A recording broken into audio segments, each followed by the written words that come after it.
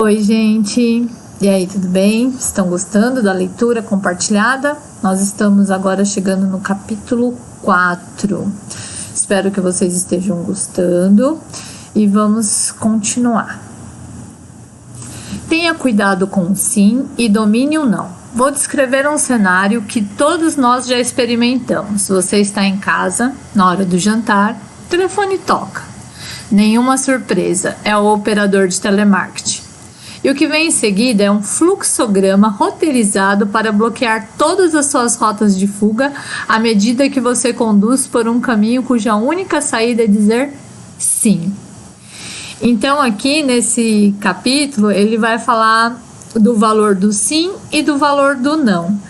Então, quando a gente atende um operador de telemarketing, todas as perguntas dele são voltadas para o sim. Então, você gosta de água fresca? Sim. Você gostaria de ter água fresca todos os dias ao abrir a torneira? Sim. Então, ele vai discutir sobre isso, sobre o valor do sim e do não. O não dá início à negociação.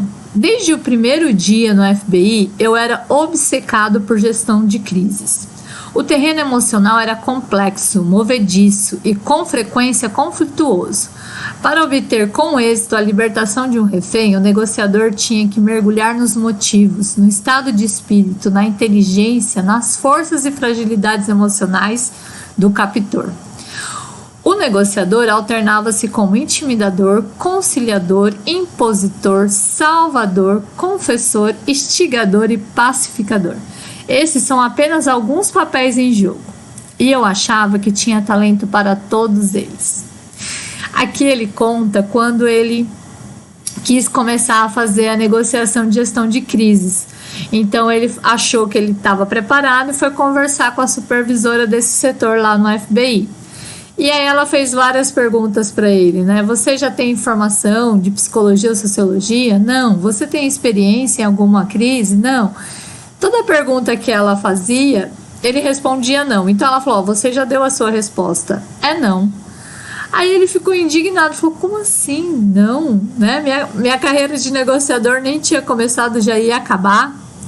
Então ele falou, mas o que eu posso fazer, né? Para melhorar e poder ter uma chance. Aí ela falou, vá pro atendimento da linha de suicidas e depois quem sabe a gente volta a conversar, mas agora vai embora. Então ele foi. Não é o começo da negociação e não o fim. Fomos condicionados a temer a palavra não, mas com frequência ela é mais uma afirmação de percepção do que um fato. Raramente significa eu considerei todos os fatos e fiz uma escolha racional.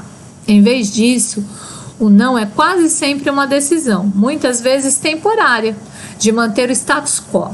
Mudar é assustador e o não oferece uma proteção contra esse pavor. Então, o que acontece? O que ele quer dizer aqui? Que o não, ele nos protege, porque geralmente o que acontece? A gente não gosta de mudança. Então, vai ter o momento que a gente está vivendo mesmo, né? Muita gente precisou se adaptar ao home office, ao teletrabalho.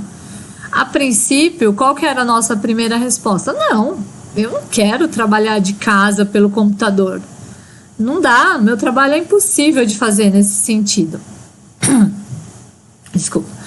Então, a gente tem essa resistência, mas não necessariamente. Eu tenho visto, eu como professora, né, agora falando um pouco sobre a minha visão desse momento, eu tenho visto trabalhos incríveis de professores fazendo vídeos muito legais e pessoas que nunca imaginou gravar um vídeo. Então, quer dizer, nós estamos em evolução, mas a nossa primeira resposta tinha sido não. No fundo, o que está em jogo aqui é uma profunda e universal necessidade humana de autonomia. As pessoas precisam se sentir no controle. Quando você preserva a autonomia delas, dando-lhes claramente a permissão de dizer não, as suas ideias, as emoções se acalmam, a eficácia das decisões aumenta e a outra parte pode avaliar de fato a sua proposta. Então, o que acontece? O que ele quer dizer? Que quando a gente já fala para a pessoa, então a gente vai propor alguma coisa para alguém, pode ser pro nosso esposo, para nossa namorada, para nossa esposa, ou no serviço, a gente fala assim, olha, eu tenho uma proposta para te fazer, mas não tem problema se você me disser não, mas eu gostaria que você a ouvisse. Então a gente já tá dando não, é aquela velha história, tipo, o não a gente já tem, então vamos correr atrás do sim. Porque se eu nem perguntar, se eu nem fizer a proposta para a pessoa, como que eu vou saber se tinha uma possibilidade de sim, na verdade? Então, não é sempre essa questão. Não, a gente sempre já tem de partida. Então, a gente tem que buscar conseguir o sim. Estes são alguns dos significados alternativos e muito reais de uma negativa. Muito mais reais de uma negativa. Ainda não estou pronto para concordar. Você está me deixando desconfortável. Eu não entendo. Acho que não posso pagar por isso. Eu quero outra coisa. Eu preciso de mais informações ou eu quero falar com outra pessoa. Então, às vezes a gente vai fazer uma proposta e a pessoa ainda não está pronta para concordar, ela precisa de um tempo para digerir. Então, você pode deixar a sua proposta em aberto, falando que pode ser não, mas fala assim, olha, pode pensar um pouco aí no que eu acabei de te propor.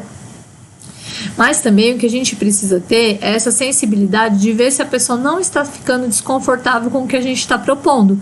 Também a gente não pode fazer uma proposta e deixar a pessoa coagida, que é como os operadores de telemarketing fazem com a gente, né? Sempre direcionando a nossa resposta para o sim. E eu não entendo. Então, às vezes, a pessoa não está entendendo a proposta completa. Então, você pode ver, usar a rotulagem. Lembra da rotulagem? Falar, né? Parece que você não está entendendo o que eu quero dizer. Você tem alguma dúvida? Você quer fazer alguma pergunta? Ou às vezes a pessoa realmente não tem condição de comprar determinado produto. Então, a gente tem que ter uma certa sensibilidade no momento da negociação e perceber quais são os sentimentos subjacentes, lembra? Então, às vezes eu falo não de cara, mas na verdade tem todas essas outras possibilidades de não. Convença no mundo deles. Vou lhe contar um segredo, um outro segredo. Existem 3 tipos de sim: o falso, o de confirmação e o de compromisso. Quer chamemos isso de adesão, engajamento ou outra coisa, o bom negociador sabe que seu trabalho não é fazer uma grande encenação, mas levar suavemente o interlocutor a descobrir que o objetivo dele coincide com o seu. Então aqui, convença no mundo deles. Lembra que a chefe lá do departamento de negociação pediu para ele ir para a linha de suicidas? Então ele foi. E aí ele atendia, e lá na linha de suicidas tinha uma regra que você não podia exceder 20 minutos, que você não podia atender o mesmo suicida mais de uma vez por dia. Porque o que acontece? A pessoa, quando está nessa condição de prestes a cometer um suicídio, às vezes ela tem uma depressão, assim, ele não cita isso no livro, isso eu estou supondo, tá, gente? Pode ser que ele tenha uma depressão, que ele precise de alguém para falar. Então, às vezes as ligações são recorrentes. E realmente, tinha um rapaz que sempre ligava para ele. E ele conversando com o rapaz e tal, e no final o rapaz falou assim, nossa, parabéns, você está fazendo um ótimo trabalho. E ele ficou todo orgulhoso. E o chefe dele chamou ele e falou assim, nossa, ele deve ter ouvido que o rapaz me deu os parabéns e vai querer me dar os parabéns também. Quando ele chegou lá, gente, ele levou um balde de água fria. Porque o chefe dele falou assim, você percebeu que ele deu os parabéns pra você? Na verdade, ele tinha que dar os parabéns pra ele mesmo, pois ele tinha sobrevivido mais um dia. Então, você tem que prestar atenção nesses detalhes, Voss, que é o nome dele, né? Chris Voss. Então, ele ficou bem chateado e começou a prestar atenção mais no que ele estava fazendo lá na linha de suicidas. Então, voltando aqui nos 3 tipos de sim. Então, sim, o primeiro sim, que é o sim falso, ele quer dizer quando a pessoa só concorda por concordar. Então, às vezes você fala, domingo a gente vai almoçar na casa da minha mãe, tá bom? Aí a pessoa fala sim, né? Tipo, ela não tá nem um pouco a fim de almoçar na casa da sogra, mas ela vai concordar. É o tal do sim falso. O sim de confirmação, às vezes a pessoa entendeu tal, e ela fala sim. É um sim mais inocente, é um sim que ele tá concordando mesmo, mas que às vezes pode ter alguma armadilha, mas não necessariamente. E o de compromisso é aquele que a gente busca, que é o que dá adesão, que engaja a pessoa. Então a pessoa diz sim, realmente concordando com aquilo que você está propondo, e ela vai engajar naquilo que você propôs. O não é proteção. Às vezes, se você fala com alguém que não está escutando, a única maneira de abrir a cabeça desse interlocutor é antagonizá-lo para ele dizer não. Uma ótima maneira de fazer isso é rotular de forma equivocada uma emoção ou desejo da outra parte. Então aqui, o que acontece? O não, como a gente já disse, é uma proteção. É a primeira coisa que a gente fala, é não. Depois a gente pode até analisar outras possibilidades e mudar para um sim. Nesse trecho do livro, ele conta de uma amiga dele que era uma excelente negociadora, tão boa que ela foi chamada para participar de um conselho de um outro departamento, o que gerou um pouco de ciúmes do seu supervisor. Tanto que o supervisor queria afastá-la do cargo por ela estar executando uma coisa que não era da responsabilidade dela. Então, quando ela foi para conversar com ele, ela pegou e fez uma pergunta direta: você quer que o FBI fique constrangido? Então, quer dizer, ele não ia querer que o FBI ficasse constrangido, então a resposta dele seria não. E ele respondeu não. Então, o que você quer que eu faça? Aí ele teve que pensar. E como ele era o supervisor dela, o controle estava na mão dele, né? Ele falou assim: tudo bem, você pode aceitar o cargo no conselho, desde que isso não prejudique a sua função aqui no FBI, na onde você tem que fazer seu trabalho. Então, às vezes a pessoa não está escutando o que a gente está falando. Então, você pode usar a rotulagem equivocada. Lembra? Parece que, eu acho que, mas aí a pessoa fala: não é isso, é isso. Então, a pessoa vai parar, vai prestar atenção no que você está falando e ainda vai se abrir para você. A mágica do e-mail como nunca mais ser ignorado. Provoque o não com este e-mail de uma frase: você desistiu do projeto? Esse é o trecho mais breve desse capítulo. Então, às vezes você está com algum projeto, está com um cliente que não te responde e está te ignorando já há dias. Você manda essa única frase: você desistiu do projeto? Muito provavelmente ele vai responder não, e aí ele vai te dar atenção. Então vamos às lições chaves desse capítulo. Rompa com o hábito de tentar levar as pessoas a dizer sim. Então, a gente tem que estar preparado a ouvir o não, né? Então, vamos parar com essa mania de já querer logo sim de cara. Não, o não é um fracasso. Lembra do que ele recebeu lá, o não, né? Na crise, né? Na gestão de crise.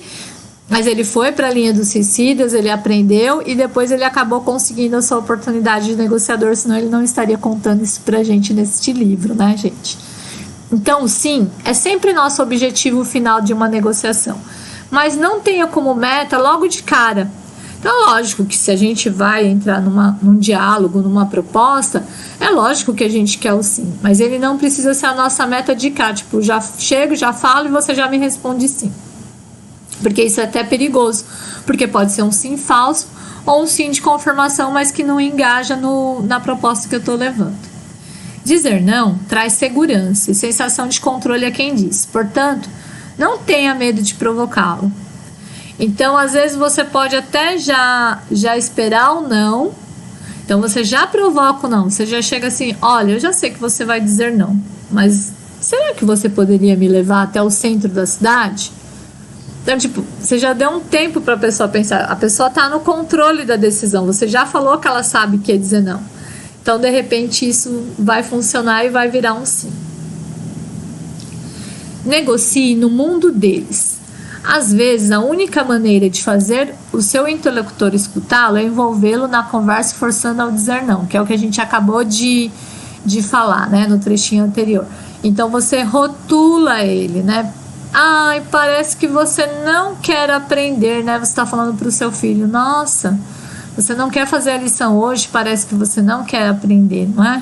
Então aí a criança, isso a gente chama de psicologia reversa, né?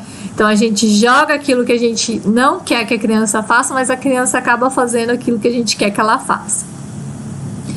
Se um potencial parceiro de negócio está ignorando você, contate-o com uma pergunta clara e concisa orientada para o não. Esse é o caso do e-mail lá, né? Por exemplo, você desistiu do projeto? Ou até mesmo a questão do chefe lá, né? Que ela perguntou, você quer que o FBI seja constrangido? Fique constrangido? Então, quando a gente força o não, a pessoa volta para o poder. Tipo, o não está na minha mão. Então, a partir que eu tenho o não na minha mão, eu posso pensar nas outras possibilidades e, de repente, chegar a um sim. Esse foi o 4º capítulo. Espero que vocês tenham gostado. Um beijo e até o capítulo 5.